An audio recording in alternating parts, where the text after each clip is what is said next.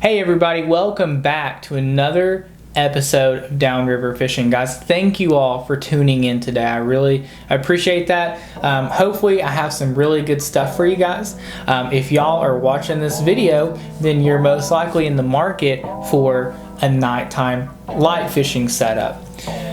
That's what we have today. That's what we're going to be going over. I've tried a few different things and I've finally come up with what I think is one of the best solutions. So guys, before we dive into how I built this, I want to go over a couple things as far as why I built this and why I built it the way that I did.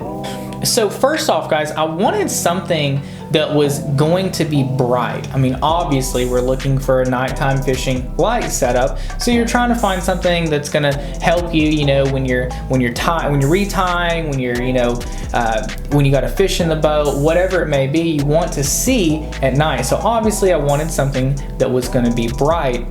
I also wanted something that was going to be compact. Okay, I wanted something that was going to be really easy to put in the boat, put in the corner of the garage, that wasn't going to take up a whole lot of space because, I don't have a whole lot of space to spare right now. I also wanted to make something that was going to be easy. Guys, look, I'm not an engineer. I don't have a fabrication shop, like a lot of you all out there.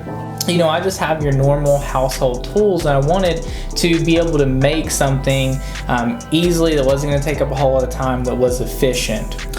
And in doing all of this, I really wanted to minimize the bugs as much as possible. If you guys are watching this video, I'm sure that you all have probably looked into different ways of, minimizing bugs, whether it be, light color or different, ways of mounting lights, whatever it may be.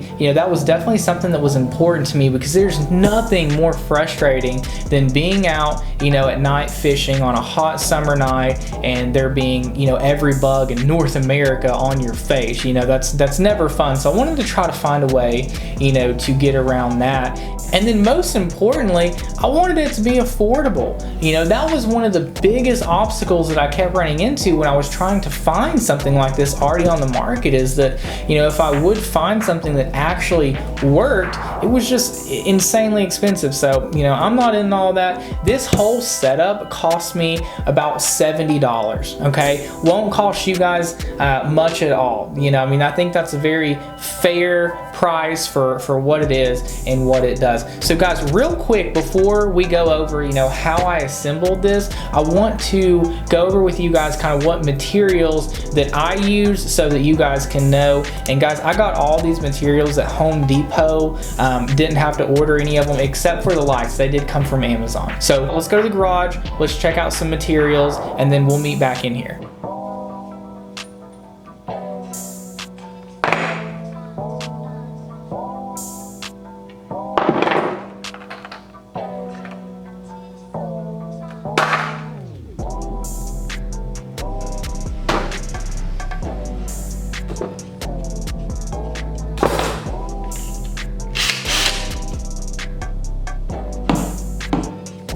So the first thing that you're going to want to do is get yourself an extension pole. Okay, obviously I went with this 12-foot extension pole from Academy Sports. I liked it. It was only 12 bucks. And it's got the fittings so that you can tighten it. And whenever you extend it or retract it, you tighten it down and it will stay where you want it. It makes a world of difference when you're out there, just the time you save getting set up. So the reason that I wanted to go with an extension pole, and bear with me, is because whenever I extend this bad boy up, it's going to keep the bugs up here mainly in the light instead of down here in my face. Okay, so I've tried a ton of different colors. In fact, I've got a multicolor setup on my boat right now. I've tried red, green, blue, yellow, all of it. And some colors do work better than others. I personally think that red is the best, but I also think red is the hardest to be able to see what you're doing with. So having these extended up and getting those bugs up there and out of your face, I mean, to me, this is the best solution for what I'm trying to do.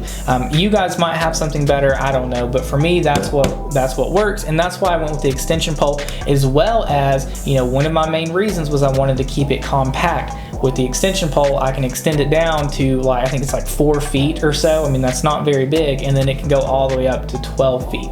You've got your extension pole. Now, the next thing that we need to do is we need to figure out how we're gonna mount our lights to the extension pole.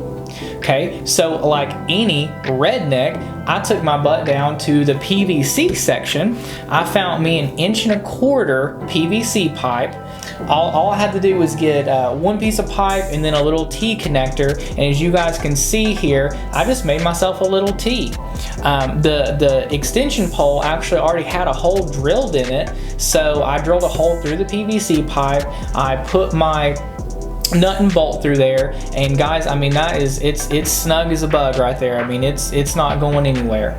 So after you get your T piece that you made out of a PVC pipe connected to your extension pole, the next thing that you're going to want to do is run your wire through the extension pole. And now keep in mind that when you have this thing extended out to 12 feet, 10 feet, whatever you guys choose to go with, you want to have enough wire left over hanging out the bottom so that you can still connect that to your power source. So for me, I ended up measuring mine out to about 16 feet, and that leaves me with enough wire left over so that I can still, you know, run the wires through my boat and connect it to my battery.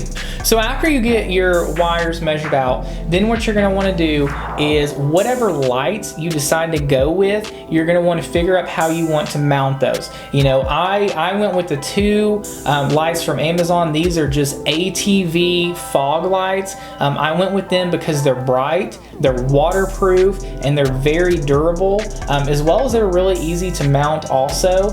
I went with those lights. They work great. I actually offset them just a little bit so that, you know, I have light shining in different places in my boat. These lights, just a single light is pretty bright, so it does, you know, put off you know, it'll light up a spot pretty well. So I offset them just a bit. You guys can do it however you want. So now comes the tedious part. Now is where we have to break out the wire strippers, break out the connectors, and start wiring everything together. And it's really not that bad, but this was the tedious part of all of this. So obviously you're going to connect your blacks to your blacks, your reds to your reds. So you want to take all your lights. All I did was twist them together. I put them in those connectors. Guys, I really like the heat shrink connectors. I think that it just makes a really good connection. Also, I like that it shrinks up because it makes it nice and waterproof. I do wrap them in electric tape afterwards just to add an extra layer of protection. You probably don't even need it, but I do it anyways. So after you get your lights wired up, one thing that you're going to want to keep in mind is you've got to mount your switch somewhere. So figure out what you want to do with your switch. For me, what I wanted to do was, again, I wanted to keep it simple, so I actually got a ceiling fan pull switch and mounted it up at the top where all the wiring, where I was already doing the wiring.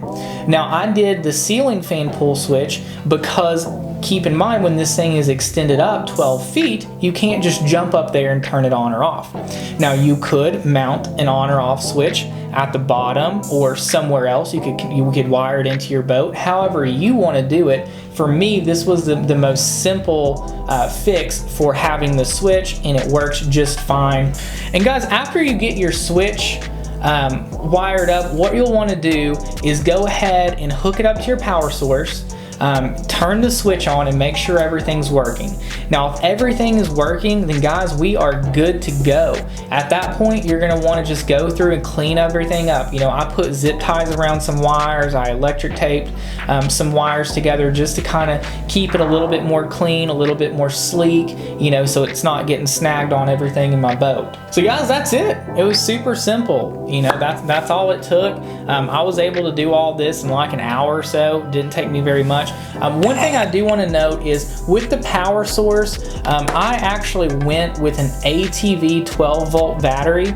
Now the reason that I went with this type of battery is because my cranking battery on my boat right now, it's got my electronics, it's got some other lights, it's got my aeration, my bilge pumps, my radio, everything else hooked up to it. So I wanted to try to eliminate adding more things to it. So I got this battery right here for 10 bucks off of Amazon, and it does a great job. I mean, this thing will keep it charged. I mean, this thing will last for months before you have to charge it, and then it is super easy to charge as well.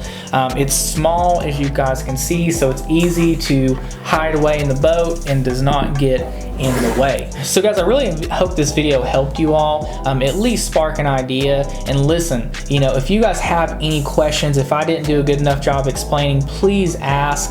If you guys have any suggestions or recommendations, let me know. You know, I'm definitely open to making changes. You know, this is not perfect by any means. This did take me 2 or 3 tries before I got it, but I finally got it down to where I like it. And if you guys have something you think would make it better, I'm all ears. Now, before I do leave, I did want to say I do have a video. You guys can check it out. It'll be over there or over there, one of those places, where I actually used to have this light set up on a squeegee pole that extends and retracts, and the squeegee pole did a good job. The only problem was that after I actually added a third light there, and after I did it, just made it a little bit too heavy. It just wasn't quite sturdy enough.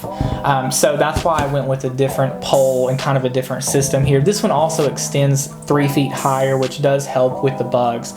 So check that video out, and you can see, I mean, I was filming the whole time, you know, I'm walking around and stuff. You can really get a good gauge at how well the lights do. And keep in mind too, there were only the 2 here. I didn't have the one on the back during that video. But guys, if you like this, if it was helpful, please subscribe, like, all that good stuff. You know, this is a new YouTube channel, so I'm trying to grow this baby right now. And with that being said, I'll catch you guys next time. Thank y'all.